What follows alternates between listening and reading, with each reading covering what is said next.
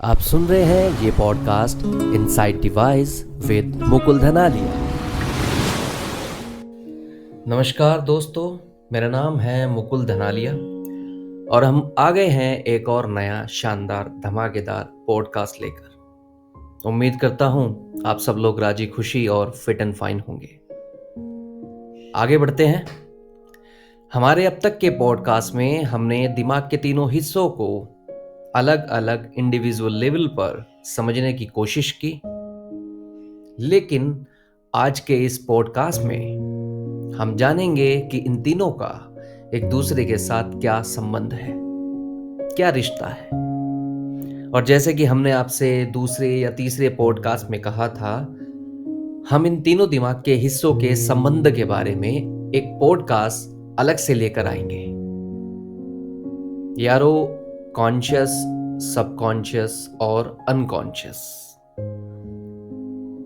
जितने ये एक दूसरे से अलग दिखाई पड़ते हैं उतने ही ये एक दूसरे के पक्के दोस्त भी हैं। इनके कुछ फंक्शंस एक दूसरे के बिना अधूरे हैं, ऐसा भी कह सकते हैं। अगर आप ह्यूमन माइंड की फुल पावर का फायदा उठाना चाहते हैं तो आपको इनके फंक्शंस को समझना होगा और उसके लिए तीनों एक दूसरे के साथ कैसे जुड़े हुए महसूस होते हैं ये भी जानना होगा। तो टाइम न ज्यादा लगाते हुए हम शुरू करते हैं आज का हमारा ये पॉडकास्ट। आप सुन रहे हैं ये podcast inside device with Mukul Dhanalia. दोस्तों, इससे पहले कि मैं इस मेन मुद्दे पर बात करूं, मैं आपको एक बात बता देना चाहता हूं। हालांकि ये बात इस मुद्दे को समझने में और अधिक मदद करेगी। यारो, रिश्ता या संबंध कोई भी हो और कैसा भी हो, किसी भी दो वस्तुओं में हो, इंसानों में हो या जानवरों में हो या फिर शरीर के अंगों में हो, एक संबंध की, एक रिश्ते की अपनी एक अहमियत होती है।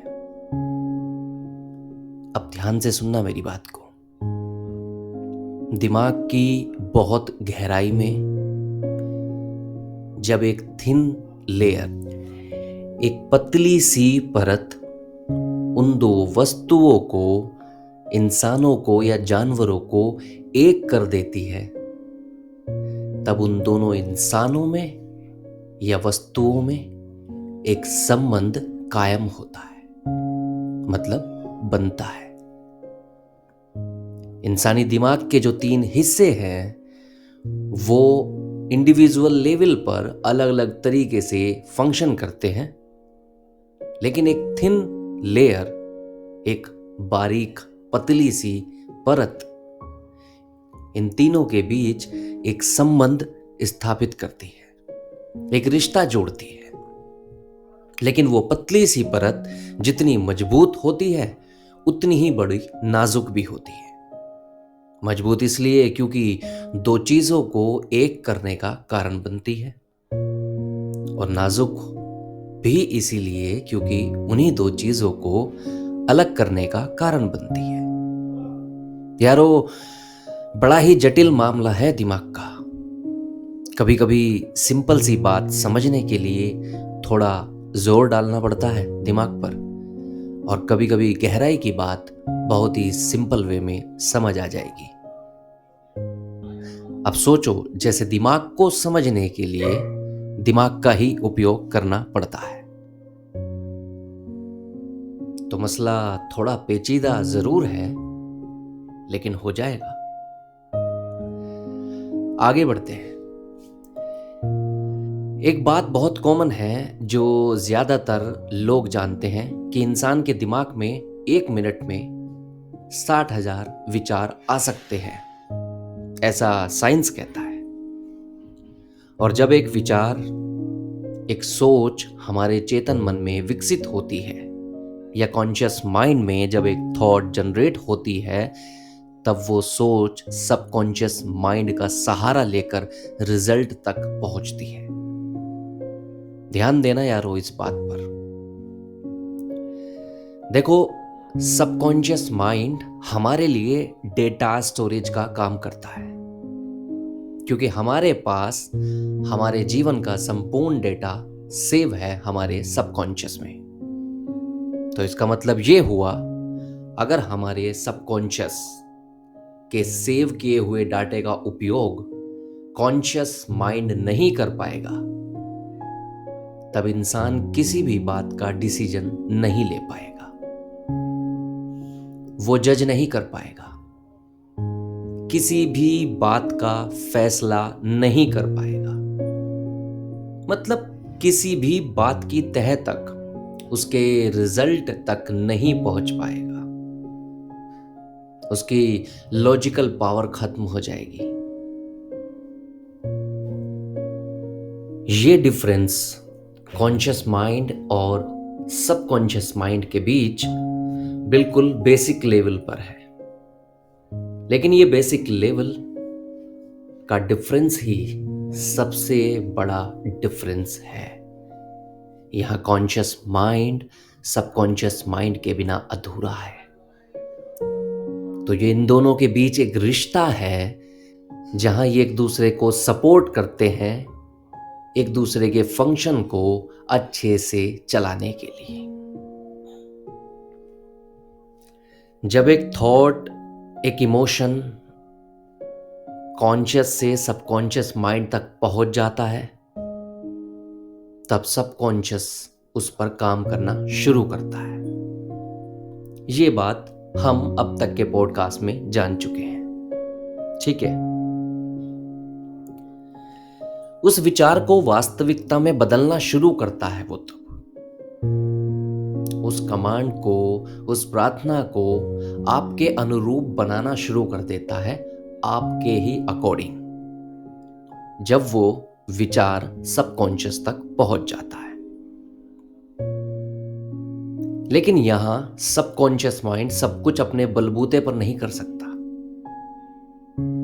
किसी भी सोच को सबकॉन्शियस माइंड तक पहुंचने के लिए कॉन्शियस माइंड का सहारा लेना ही पड़ता है।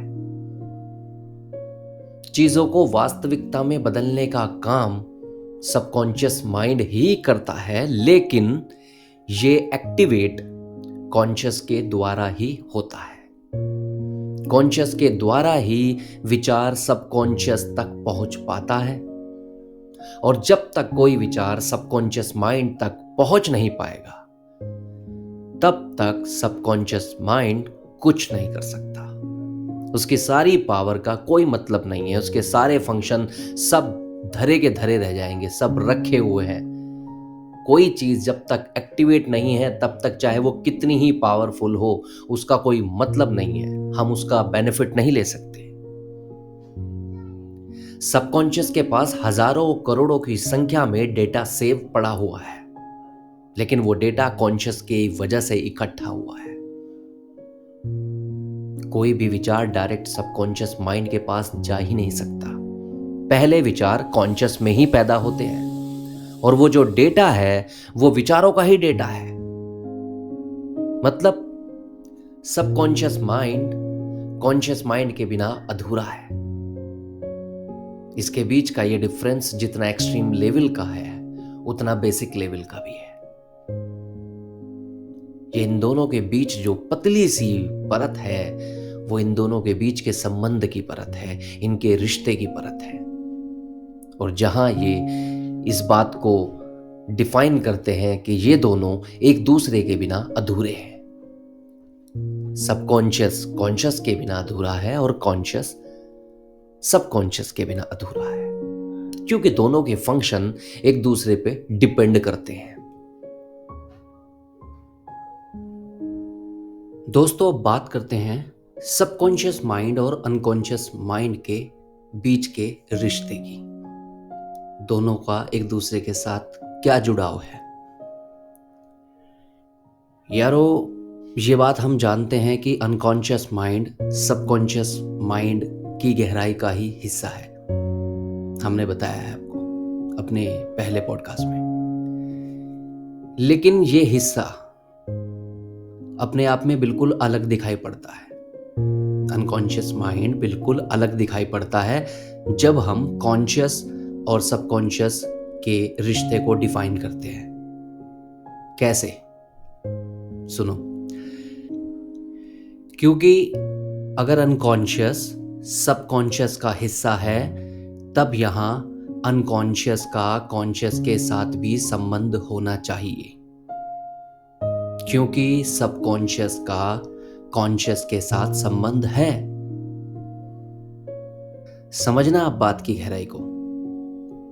अनकॉन्शियस सबकॉन्शियस का हिस्सा है, तब यहां अनकॉन्शियस का कॉन्शियस के साथ भी संबंध होना चाहिए, क्योंकि सबकॉन्शियस का कॉन्शियस के साथ संबंध है। लेकिन ऐसा नहीं है। इसलिए अनकॉन्शियस माइंड सबकॉन्शियस माइंड की गहराई का हिस्सा है, लेकिन इसका अपना अलग अस्तित्व है। जैसे जैसे एक विचार सबकॉन्शियस में प्रवेश करता जाता है, तब उसके साथ कॉन्शियसनेस बनी रहती है। मतलब अगर सबकॉन्शियस पूरी तरह से जागरूक नहीं है, तब यहां पर कॉन्शियसनेस होती है, और जब कॉन्शियसनेस नहीं रहती, तब सबकॉन्शियस पूरी तरह से जागरूक हो जाता है। लेकिन ये कंडीशन आने के बाद भी कॉन्शियस कभी भी आ जा सकता है, विचार कभी भी आ जा सकते हैं। सबकॉन्शियस की संपूर्ण जागरूकता के बाद भी कभी भी कॉन्शियस वहां पर कोई भी विचार वहां पर प्रवेश कर सकता है, क्योंकि सबकॉन्शियस में विचारों के आने जाने पर कोई पाबंदी, कोई रोक टोक नहीं होती है। लेकिन जब अनकॉन्शियस तक कोई विचार या कोई इमोशन पहुंच जाता है, तब वहां कॉन्शियसनेस बिल्कुल भी नहीं रहती, क्योंकि वो अचेतन अवस्था है, वहां चेतना नहीं हो सकती। इसलिए सबकॉन्शियस और अनकॉन्शियस के बीच एक पतली सी परत है, जो दोनों के संबंध की परत है, और वही परत, वो लेयर दोनों को अलग अलग करती है, सबकॉन्शियस को और अनकॉन्शियस को अलग करती है वो लेयर। कॉन्शियस का दोनों से अलग अलग रिश्ता है, कॉन्शियस का सबकॉन्शियस से अलग रिश्ता है, और अनकॉन्शियस से अलग रिश्ता है। जबकि अनकॉन्शियस सबकॉन्शियस की गहराई का ही हिस्सा है। मतलब साफ है कि एक लेवल पर अनकॉन्शियस और सबकॉन्शियस दोनों अलग है, और दोनों के बीच का रिश्ता कॉन्शियस निर्धारित करता है, चेतना निर्धारित करती है अवचेतन और अचेतन इन दोनों मन के रिश्ते को।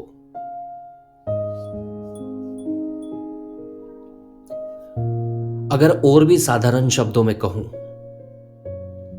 जहां तक सबकॉन्शियस के साथ कॉन्शियस आ सकता है, वहां तक सबकॉन्शियस होता है।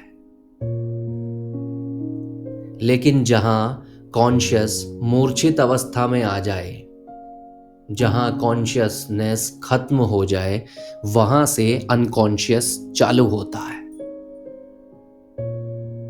ये बात मैंने बहुत ही बेसिक लेवल पर समझाने के पर्पस से बताई है। सबकॉन्शियस माइंड को कॉन्शियसली एक्टिवेट किया जा सकता है, लेकिन अनकॉन्शियस माइंड को एक्टिवेट नहीं किया जा सकता। अनकॉन्शियस में बैठे विचार और भावनाएं कब कैसे बाहर आ जाएंगे, आपको पता भी नहीं चलेगा। जब भी इस तरह की कंडीशन होगी, आप अपने आप को बेहोश जैसा फील करेंगे, जबकि आप तब जागे हुए होंगे। जैसे कुछ इंसानों का गुस्सा उन पर बहुत ज्यादा हावी हो जाता है, और तब उस अवस्था में वो क्या कर रहे हैं, किसके साथ क्या बोल रहे हैं, उनको उस बात का, उस सिचुएशन का कोई अंदाजा भी नहीं होता है, क्योंकि तब कॉन्शियस नहीं होता है, क्योंकि डिसीजन कॉन्शियस लेता है, सही और गलत क्या है, फायदा और नुकसान क्या है।